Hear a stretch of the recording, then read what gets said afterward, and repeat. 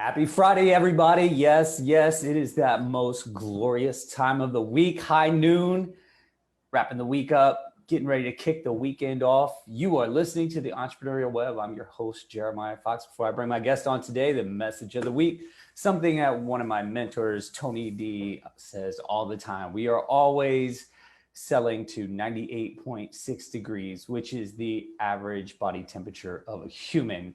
It is important to remember, regardless of what your goal is, that there is a human pulling the trigger at the other end of those decisions, whether you're automated, digital, it doesn't matter. There's still, the buck kind of stops, at least for now. The robots haven't taken over yet with a human. And that brings to mind, the idea of personal brand, which is what we're going to talk about today. Keyword person in that statement. If you're dealing with humans, it's best to treat each other like humans, be a person. With that, I would like to welcome my guest to the show. She is affectionately known as Chef Lizette. We'll hear more on that as we get into this. Welcome, welcome. How are you doing today? Hi, how are you? Great. So for those of you listening, we've done a bunch of clubhouse rooms together, but this is the first time we actually get to see each other because it's always just the audio. So this is a pleasure. How's everything? So good. Great day. Good. So we're keeping it in New York this week, guys. We often zoom out to other parts of the world, but staying right in the NYC. So she's also just known as Chef, which is great. Like, it's so funny that I was thinking about that earlier. I saw a picture in your Instagram and you had a bag that just said Chef, and just everybody refers to you as Chef. And it's like within a restaurant, it's easy to say like, oh, Chef, but like you're known to the world as Chef. You're a personal chef. You're not housed under a restaurant right now. And I think you've done a really great job. When someone just says Chef, like, you come to mind. You kind of like cornered that word. Yeah, my goal is to really be known for that word. And so there's a little like story behind that. Please, do tell. And that is because my full name is Lizette Lopez de Arriaga. So it's a 3-part last name, and I don't have a middle name. So my entire life, everyone has mispronounced my name. They've mispronounced Lizette and they've mispronounced Lopez Arriaga. And I adore my last name. Like, I'm deeply proud of my last name. But I just figured, like, when it comes to social media and branding, even when I've done speaking engagements, like, I cringe when I hear people introduce me because you know what I mean? And so I thought, how can I make it just easier for folks? Yeah. And so there's Chef Lizette, and hopefully at some point I'm just known as Chef to make it even easier, right? Well, I appreciate that, because when we connected, well, I guess it was either on Facebook or LinkedIn, and I didn't even know you had a last name. I was like, maybe she was just born Chef Lizette. you were born a chef. And I saw your last name and I was like, oh my God, I'm not even going to try to say that. I'm just sticking with Chef Lizette. So as a host, I appreciate that. It was very good foresight, because I would have butchered your last name. And it's so funny. I mean, I'm grateful that I just had the insight. Like, it did take years, literally. Yeah. Because it was also more than like making it easier for folks. It was about owning Chef Lizette, meaning I've earned it. I've earned that title. And so I thought, I have so many interests in my life. What happens when I evolve and I'm not a chef full time? I still want to pay homage to how I started in my career being a chef. And so I figured maybe if I just started early enough in my, branding career, I could just be known as Chef. And in that way, it will always speak to my heart and soul of food and cooking and the love of feeding people. That's amazing. So like, your biggest competition right now is South Park. Like, I can't think of anybody else that just goes by Chef. If you cross that bridge, you own it. I've got my whole life. I figure I've got my whole life. You do. A one name human being. That's amazing. Yeah. So speaking of beginnings, I'm curious to hear, how you got into cooking, and becoming a chef. And, did you go to culinary school? Did you grow up in restaurants? How did this kind of play out for you? Yeah, so restaurants weren't my world. Um, it all happened with Sunday dinners. It was, I come from a Mexican American family, huge family, and every Sunday without fail for, up until I was a senior in high school, we would go every Sunday to my grandparents' house. They were the bedrock, and we just have these enormous, gorgeous family meals. And as soon as we got older, I mean, of course, it continued way after high school, but as we got older, all of the grandkids learned how to cook. So then everyone started contributing their signature dishes, and my grandmother was the epicenter, and then the daughters, so my mother, my aunts, and so forth. And they're all just exceptional cooks. I will say I am biased. My mother is hands down the best cook on earth, like on earth. She has just a real talent, like a natural gift, not a trained chef. She just cooks with love. And so she knows how to, go into any kitchen and create magic. But more than anything, you taste love from her dishes. And so Nice. that's like where the seed was planted of just, because I was already graduated or about to graduate from high school, and I'm like, what do I do with my life? Like there were so many things I wanted to do, fashion primarily being the first love. I Nice. went to FIDM, the Fashion Institute of Design and Merchandising, because I wanted to be a buyer in the fashion world. And I don't know, it just didn't resonate with me. But I continued my love affair of fashion. And then I just saw Julia Child on PBS. And it was just like, I don't even know, like I'm trying to, because it was so long ago. I celebrated 30 years this year of being a Nice. chef.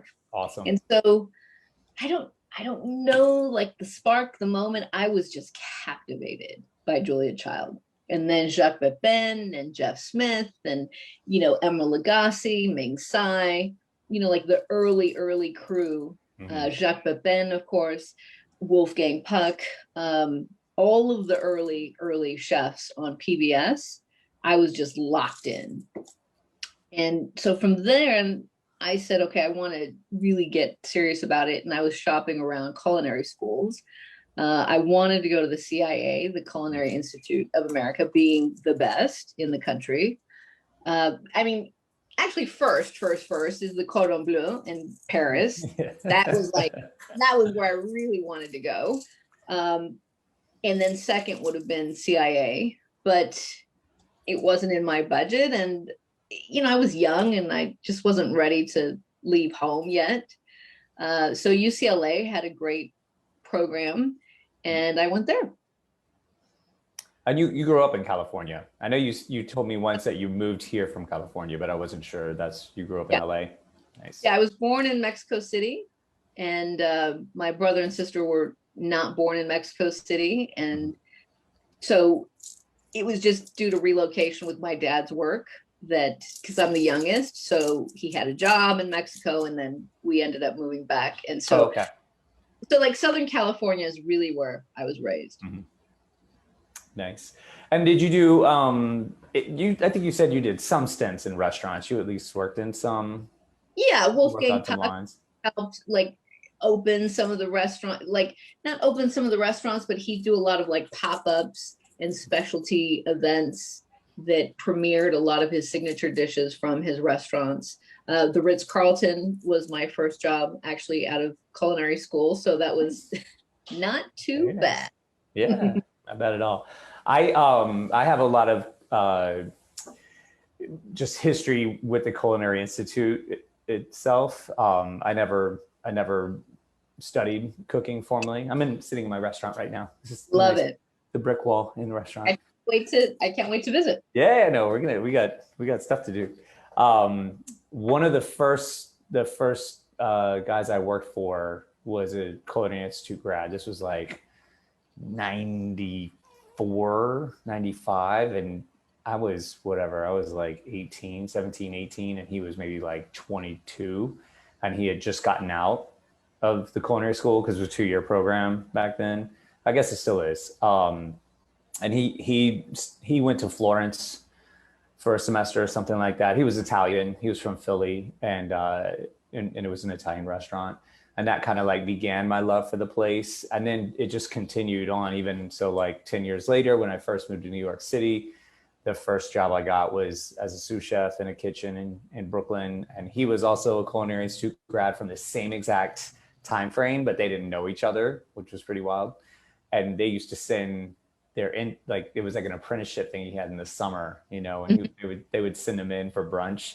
And it was funny because, back in the day, like around the time you wanted to go there, they had this requirement that you had to have 2 years experience in some kind of food service establishment. It could have been like, scooping ice cream on the shore in the summers, but you had to have like 2 years experience and like been through some fire. And they got rid of that at some point by the time, they were sending me these apprentices. And so there was these kids like straight out of high school, right into college, never worked a day in their life. And yeah, it was rough. And this was a jamming restaurant, and they would come in for brunch, and it was just chaos, like nothing's ready yet.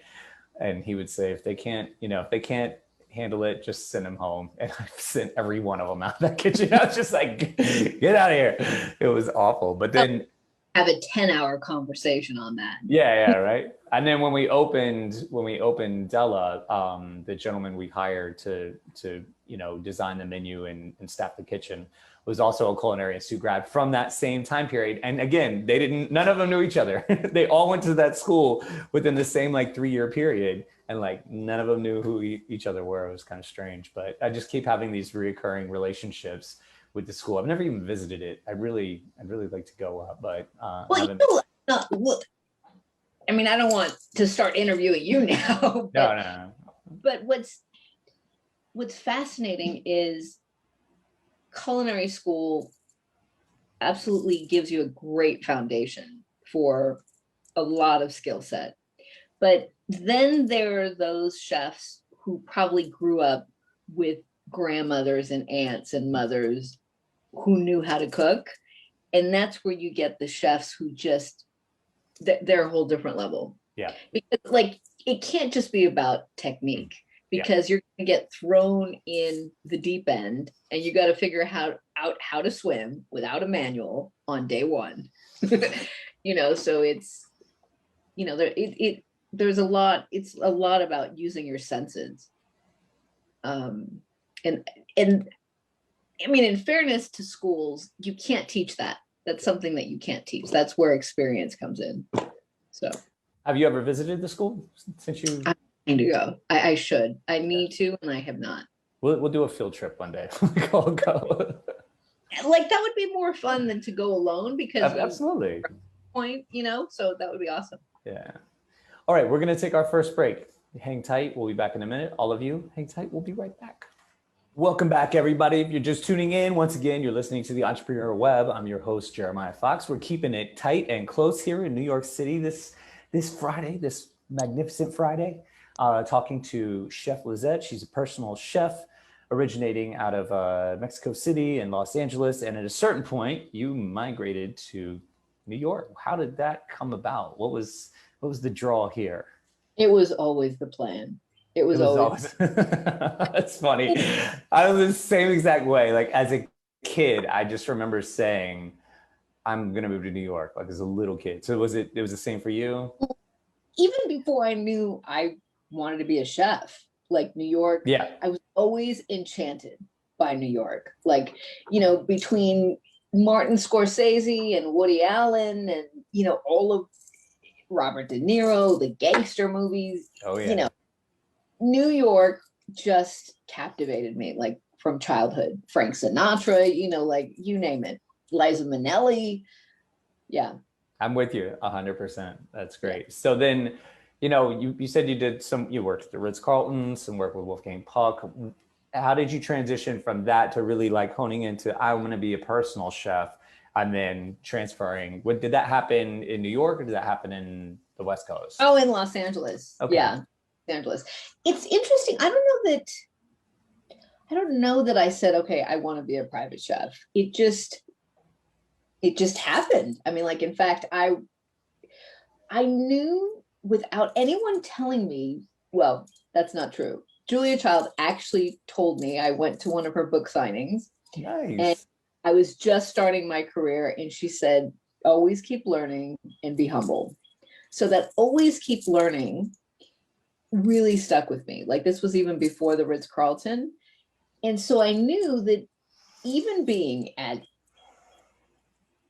the premier, Ritz-Carlton, which in my mind was my favorite job of all time. That was like the real university. I was there for 4 years, and that was my university.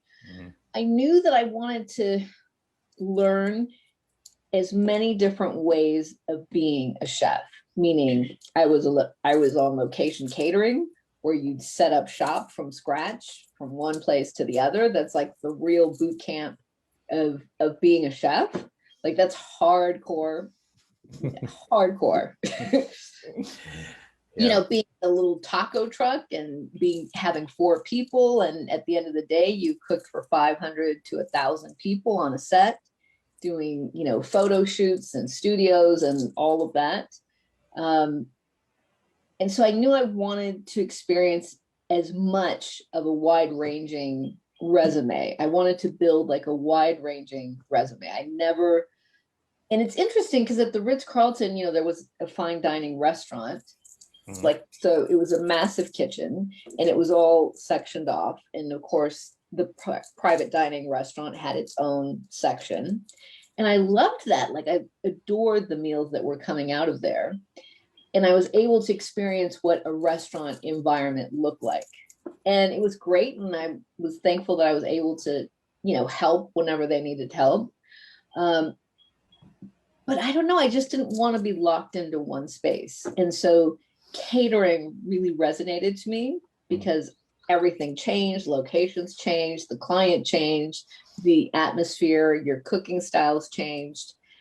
And then even another layer deeper, I was asked to do a party, and then I went into someone's home, and I'm like, oh, this could be even more intimate. So you take like from a restaurant experience to a catering experience to now, being a private chef, and now you have real access to the client.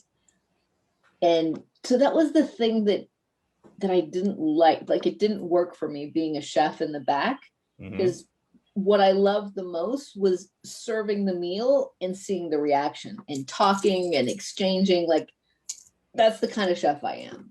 So to just be pumping out meals and not have the connection with the customer was so painful for me. Yeah. So that's why I could never be a restaurant chef unless I owned the restaurant. And, part of it was going to the front of the house and talking to the guests. But yeah, so I loved that I was able to bounce around, and I did that intentionally. And, one client became another client, and then I was recommended. But, at the same time, I was still doing catering work. So, I mean, like, at any point you could have 5-6 different jobs. Yep. That end up totaling one full-time job. And I like that. That was a beautiful tie-in to the message of the week. The whole thing we were talking about, being intimate, like always getting back to the human. Yeah. So, like, that's it. We're done. That was a great show. No, I'm kidding. Fantastic. No, that is what it's all about. Like, so for me, a lot of the kitchens that I worked in were open air kitchens, so everybody could see you. And I really, really love that. Some people do not like that at all. And it always just really stuck with me because of that, because people could come by and say, they would talk to you, you got that human interaction even while you were cooking. So when we open, I mean, Della, wait till you see the kitchen here. I mean, most apartment kitchens in New York City are bigger than our kitchen, and it's open. I love And so everybody, I mean, if you're at the bar and you order food, literally it's being made 5 feet away from you. You know, there are tables. We almost had tables right up against it, like almost like a sushi kind of setup, but the space just wasn't big enough for it. We did a full build out. Hundreds of meals from there. I guarantee, like, It's great. Yeah, like you said, I mean, I did a lot of those pop-up things too. So you're always working under the like stressful situations. And we had cooks that would come in. They'd come in to look at the kitchen for a job, and they'd be like, "I can't work here," and I'd be like, "Well, you're not the right person for this." But I totally agree. It's like, go ahead.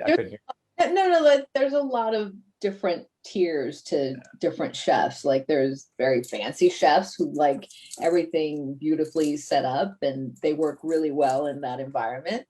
Then they're, like the pirates, like, like we just know how to figure it out. Like we could build a restaurant from scratch and serve by the end of the night, Yes. I like that. I'm gonna get a little parrot. I know. I'm like a little parrot. I did notice you're rocking D-Rock's Happiness shirt. It's a great shirt. Yeah, it's so. My kids lost mine. I got the sweater and the sweatshirt and the shirt, and they like one of them wore the t-shirt one day, and it just disappeared. And I'm like, goodness, bring my happiness back. He's still selling them, I believe. No, I know. Yeah, I know. He's actually been out here a couple times. Great dude. Cool. He's been to the restaurant. He's fantastic, and he likes food. The other day, we're going to take a break in a minute, but I wanted to ask this real quick before we go. You post a lot. You post a lot about wine. I also came up like big time in the beverage scene as well. How much of a part does that play into what you do? Just out of curiosity. Huge. So in culinary school, you had to take courses in that. My cousins actually were the ones, like they had a love affair with spirits and they're so good at, like they like to be mixologists. And so they got me in. I mean, I would say it started with my grandparents because of course those Sunday dinners, my grandfather just, every detail was love. He'd pick the wine carefully. And so it started with my grandparents. And then, as I got older and hung out with my cousins, we got into wine and food and just geeked out over it. And then we went to Napa.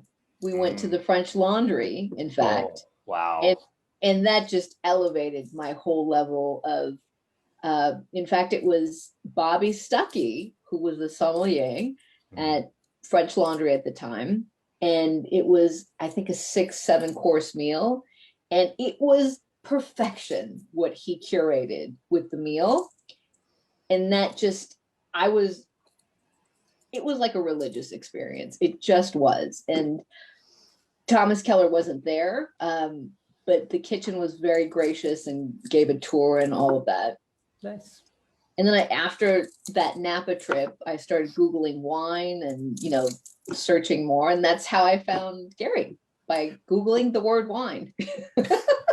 That's funny. It was similar for me. It was like 2006 and I was working at this Italian restaurant in Manhattan and they had a great, almost exclusively Italian wine list. And I learned wine through Italian culture first. I went on to, get a better understanding of French and Spanish and New World stuff. But I was just super into this list and it was some really obscure stuff and you couldn't get your hands on it. And I'm the kind of person, like I wanted to know how to describe and sell everything. I just was so into it.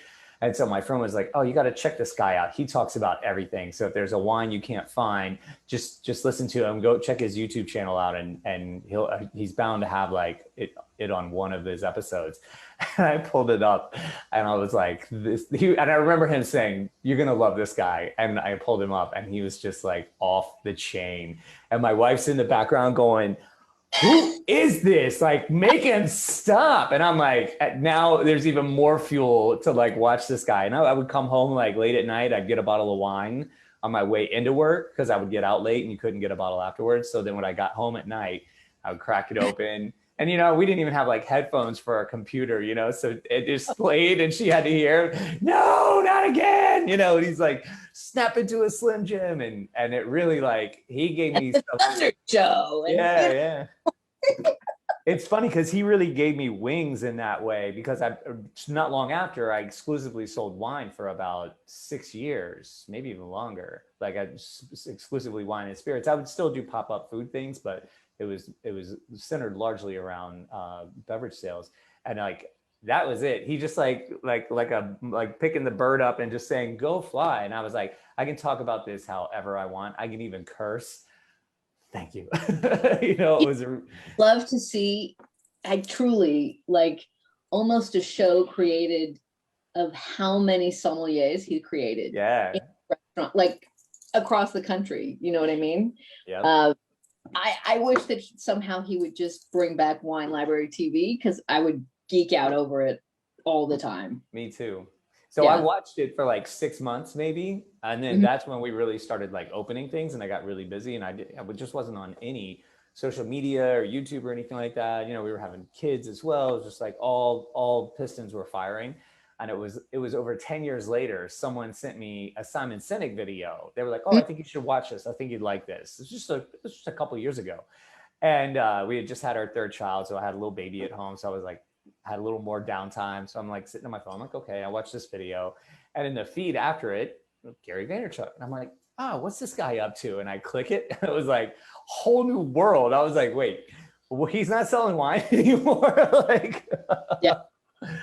And it's literally the reason why we're doing this right now. Like it just keeps like channeling to all. Like so many people don't know that delicious world of Wine Library TV. I mean, but you know, you have to be like people like you and me that geek out over food and culture and wine and yeah. And entertainment, because it was fucking entertaining. Oh my God. I mean, it's still to this day my favorite thing he's done. It really. Absolutely. Yeah. Cool. Let's take another break. We'll pick back up in just a minute. Everybody hang tight. We'll be right back. Okay. All right, everybody. Welcome back. If you're just tuning in, again, you're listening to the Entrepreneurial Web. Today, we're hanging in New York City, talking with Chef Lizette, known across channels as Chef Lizette, or even just Chef sometimes, which is just an amazing, amazing feat. Now we get to jump into the nitty gritty. We got a good foundation laid from how she came from the West Coast to New York. Well, you never said how you came to New York. What was the thing that finally just said, boom, you're in New York? Well, I wish I had known you. I mean, like, I wish I had known industry people. Yeah. I had like no connections of, you know, catering, restaurant homies. It's a better story that way, though. I know. Boy, did I scratch and claw to get here. Same here. No, it's a much better story that way. So it's a great story. I'll tell it in 1 minute. Okay.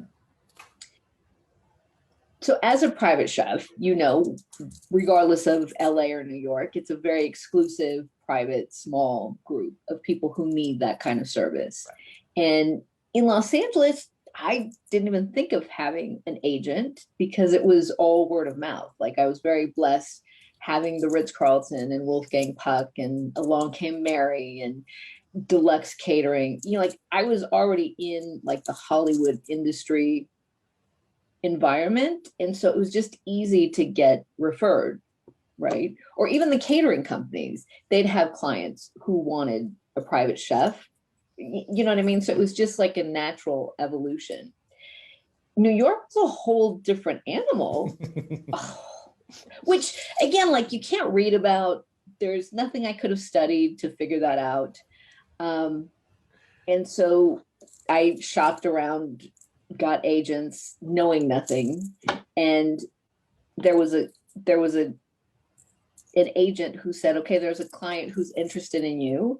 And you know, it was so hard just to get that because they wanted New York chefs, right? And New York has a plethora of great, great chefs. Like the supply and demand here is, you know what I mean? Like overwhelming of how many great chefs you could have come into your home and cook you a meal. And so when I just heard, oh, they're interested in you, I packed a bag, like very little. I started selling my stuff, like you name it. And I didn't have any savings, nothing big, like I'm coming with thousands of dollars. And so I came and I'm here with my bag, and I'm, I had an appointment for Thursday. So I'm calling my agent just to verify, okay, I'm already here. I've paid my own way, and let me know where I'm supposed to go. And they said, oh, well, they decided to keep their current chef. I'm already here. Like, I've already had going away parties. You know what I mean? I've like sold my stuff. I got rid of my apartment. Like, and I gave my family very little notice, like the breaking point, my grandfather passed away. He was my best friend. Mm-hmm. And like, I know that I stayed in Los Angeles longer because I wanted to be near him and my grandparents. Then my best friend in the world, she passed away in a very unfortunate way. And then that was the real catalyst. It was almost like the movie Rudy, when, his best friend dies, and, he's wanted to go to Notre Dame his whole life. Like, I'm Rudy, truly. And so when his best friend died, when my best friend died, I'm like, what am I waiting for? Like, so I just, called, and when she said, yeah, you've got an opportunity, to me, that was a yes. Like, I just heard yes. So like, you could see on my Facebook, I sold everything. Like, I did have a storage. So I put most of the stuff in storage, and I just had one little bag because I knew that I had no budget, and I knew that eventually my mom could send me stuff little by little, right? So it wasn't urgent, and I was only looking for a live-in, for me to be a live-in private chef, so I didn't have to pay rent, so I didn't have to worry about furniture and all of that. And so when I heard that they changed their mind, now I'm in New York. What do? I have less than $500 in my pocket, no job. It's getting to be the fall. It's getting crisp in New York. I had a little jacket. I mean, I could literally show. In fact, hold on one second.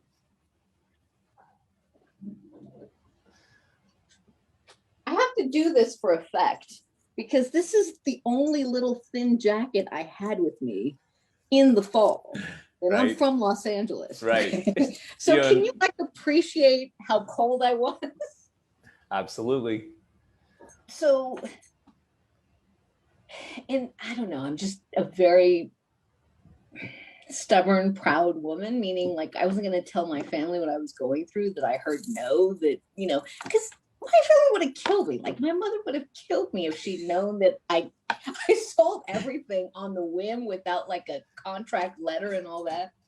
And I said, okay, well, I don't know. I'll figure it out. I'll find a job. Like, so I was pounding the pavement, and $500 in New York goes super quick. Yeah. Like, it can go in 30 minutes, So I found myself homeless literally for 5 days. Have never been homeless in my life. And, so I staggered it out. I stayed at hostels. Thankfully, one allowed me to stay one night for free. And so like for almost 40 days, I just try to figure out, how can I stay here? How could I just stay long enough for a client to get me? Because I'm here now, and here is where you need to be for the interviews and all of that, right? Yeah. And nothing worked. And after literally like almost falling asleep on the streets because I was just walking around because I was so scared, like being homeless, and I wasn't going to call or tell my family any of that. So I just knew, like, close to 40 days, it was getting cold. I knew I had to go home. Like, and that was really hard. And I had to move back in with my mom because I gave up my apartment, my car, everything. But I was determined. I'm like, no, I'm going back. Like, I'll figure out, at least from my mom's house, I'll figure out how to work with another agency. And and no one came out with anything creative, I finally just said, I will work for free for 2 weeks, and in fact, I'm so glad that I'm wearing, it's like a full circle moment. Yeah. Because this is D-Rock's shirt. And if you know the story of D-Rock, he early on offered to work for free. And so I remember that episode, in that time on the Ask Gary Vee show. And it just hit, it just clicked. And I have done work for free so many times in my career. And I didn't even think about it for some reason. But hearing D-Rock's story, it reminded me, yeah, just offer to work for free. So I proposed to one of my agents, just tell anyone I'll work for free 2 weeks. They just have to fly me out, pay for my housing while I'm there, and then give me a shot. And that's how I ended up coming. Someone said yes, and I dazzled them, and I'm still here. That's amazing. That's such a great story, because that's really how it's done, right? Like, you have to dazzle. You hear people talk about like value, like what is value or added value? That's how like you get ahead. Like, that's fucking value right there. That's like, not even value, like, because it's beyond. Yeah. Like, you have to leave such a mark that they can't imagine not having you. Right. You know what I mean? And I know that most of it was just God, and that it was the right time. And I really believe that when you put in effort, like if you put in enough constant effort and you show that you're relentless, like there was no option. Like I wasn't gonna all of a sudden, and it wasn't because I was too proud, like to move back to Los Angeles. Like I was already emotionally ready to move, and there was just no way. Right. Give me a shot, and I promise you, you will hire me. You know, I get it. I just need a shot.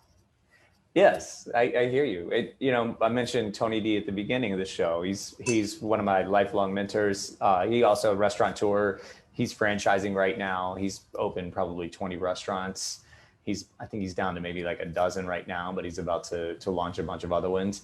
And same thing. I was just a kid when I worked for him, and so is he. He was like 23 and he opened his first restaurant, and I worked for him right then, and we've been really close all along. But he says it all the time. Like, you learn, you move when your back is against the wall. Like when it's not, sure. there's no like effort. There's no like real motivation. But when you realize like this is it, you have to make a move.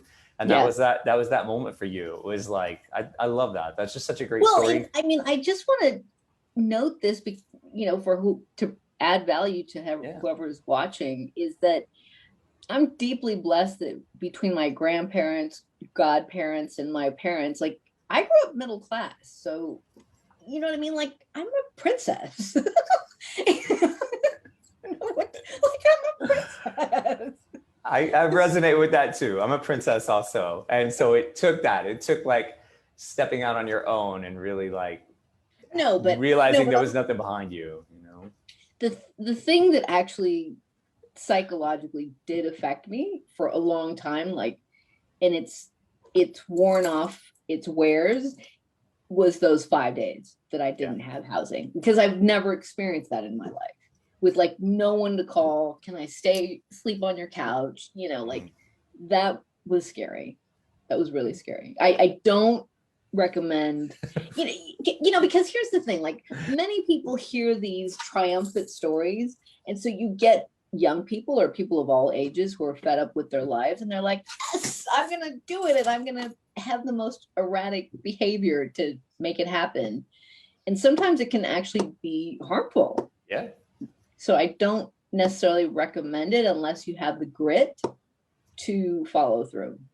And that's what the show is all about. That's why we do these interviews, because people need to hear the nuances. Like you said, it's like great to hear this story, but like what about the moments where like you almost didn't make it? It's like people need to hear that, and they need to understand why and how to like hopefully not get quite to that point. Like I think pressure makes diamonds, but like pressure also smashes cars.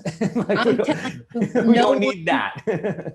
no one was there with me except for God when it was raining and I was soaking wet and no place to go. Like it's so hard to see success stories when no one sees how lonely, how depressing, how scary, how dark.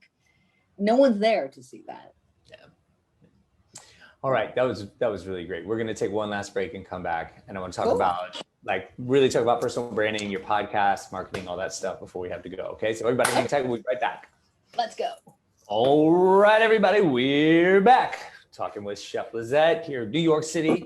Got all kinds of great stories from her about how she ended up in New York. Very, very pertinent information. But what has attracted me to you the most is our conversations in Clubhouse centered around personal brand, marketing, social media. I mean, you're kind of you're good at that stuff. How did that? I mean, listen, hands down, that's where Gary really comes into my life, because aside from watching Wine Library TV, which was my introduction to him, he then wrote Crush It. Crush It changed my life, and it only took 14 years to actually put it into work. What did they say? I've heard him say it before. I was an overnight success. It only took me 20 years to get there. Something like that. But it's interesting. We were absolutely we were just meant to meet. I was meant to read that book because everything he said in there is how I grew up. It made so much sense to me. It totally resonated to me. My grandfather and my mother were star entrepreneurs in my mind. My grandfather had his business for more than 56 years. He literally died 1 week within working at 92 years old. He was the hustler of hustlers. My mother built her commercial cleaning business with literally $100. And made millions of dollars, took care of so many people, created so many jobs in 26 years, all started with $100 in cleaning supplies and an ungodly amount of sweat equity put into it with her and her husband. And, so everything that was in Crush It, it just spoke to me. But I didn't have the self-confidence. I didn't have the mechanics of putting it into action. Well, you do now. I do now. Even my buddy Lance, the night we were talking about NFTs, and he's a very successful entrepreneur as well. And at the end, he sent me a text. He was like, "Wow, man, she's on it." And so, this is a guy. He has his own consulting company and everything, and he hosts his own rooms. It's really fascinating, but it's impressive. So what I'd say is you have a certain clarity to you when it comes down to it, because a lot of people read, things like Crush It and listen to the podcast and stuff. But when it comes time to discuss it and really put it into some form of action, it gets a kind of clumsy. And even myself. But here's the thing. And I literally I'm truly going to write this book. And that is, information prepares you, right? It builds that framework. It injects the ideas, but it's not until your life, your DNA, you're literally ready. You know what I mean? So, for example, I think you've heard my story. I've survived domestic violence. All of my 20s, I dealt with that, and that was absolutely an anchor in my. It continues. It's been an anchor in my life. And, Oprah her and Dr. Perry recently wrote this book. And I say this because information is information, but it's not until you're ready to truly not just receive it, but actually let it marinate in your system so much that it becomes a part of your DNA. The reason why I'm so good at social media now is I've been studying Gary's work for 14 years, every speech, every content piece, Ask Gary V, Daily V, reading his books. When you dissect someone's work on that degree, the same that I've been doing with Oprah, who helped me with the emotional side of dealing with domestic violence, all of those seeds were planted, but I had to rise to the occasion. I had to be ready to receive it. And so that's why, books literally can live in your life, but it's not until you become the person ready to receive it that books actually become meaningful, or information like a great podcast or whatever. Even this right now, there is someone right now who is going to watch this, and I guarantee you they're going to be gung-ho and motivated, and then next week they won't be ready. They'll forget this. They'll forget about this. But this is the thing that both Oprah and Gary understand, and that is repetition. When you are consistent with the same message, with the same learnings, with the same blueprint, regardless if you have, people, naysayers saying that, oh my God, you're like a broken record. You keep saying the same thing, but it's that repetition, because you never know when the person's actually ready to receive it. Like, I don't know anyone who's listened to Gary's stuff more than me, but I wasn't ready, and you have to be ready. So I appreciate that kind of repetition. I mean, if you want to talk about mental health, there's a lot of people who are broken mentally. And so you just don't know when that magic moment will be for them. So if you could be repetitive and consistent with your work and have the confidence to drown out the noise and continue your cause, you will affect that person who's ready. Great advice. In martial arts, they say repetition is the mother of all skill. Yep. Just get your reps in. There's no substitution for it. What is it, 10,000 reps for mastery? Something like that? Yeah, I mean, Malcolm Gladwell, his book, it's an absolute fact. You do need either 10 years or 10,000 hours to really say that you're articulate in something. I agree with that. Me too. I like it. We got just a couple minutes left. I want you to tell everybody where they can. I mean, you just dropped on me the other day. You have a podcast. I didn't even know that. So in our last 2 minutes, podcast, social media, where's the best place to learn more about you, reach out to you if somebody has inquiries or whatever? Yeah. Yeah. So my podcast is under construction, but the name of it is Breaking Bread with Chef Lizette. I have many shows in the can. I'd love to have you as a guest as well. Be my pleasure. Be my pleasure. But it is Chef Lizette on Facebook, on Instagram, on YouTube. And then on Twitter, it's chef_Lizette, Lizette. And so that applies to TikTok, Twitter, and Clubhouse, it's Chef Lizette. So pretty much Chef Lizette everywhere. Right. It's pretty easy to find. Yeah. until you trademark just chef, we'll go with Chef Lizette. Yeah. I get so excited when I see someone doing a search for me, on their phone, and I pop up right away. I'm like, oh, I'm doing a good job. Yeah, no, definitely. You're easy to find everywhere. Thank you. And do you have a website as well? I do. It's clunky because a lot of the links don't link into, but it is cheflizette.com. Okay. But so, that's a great place to read my bio and a lot of articles and stuff there. Beautiful. Awesome. Well, thank you so much. It's really, really a pleasure having you on. And I look forward to many more conversations through Clubhouse and wherever we may find each other, and them chocolate chip cookies. I want to try. Yes, they're coming. They're coming. And I mean, breaking bread is the thing I look forward to. Yeah, me too. Yeah. Awesome. Well, thank you so much. Thank you. All of you, thank you. Have a wonderful long weekend. Enjoy some extra time if you haven't. Enjoy some family. And then Tuesday, let's go get it done. All right, everybody. Have a good one. Peace out.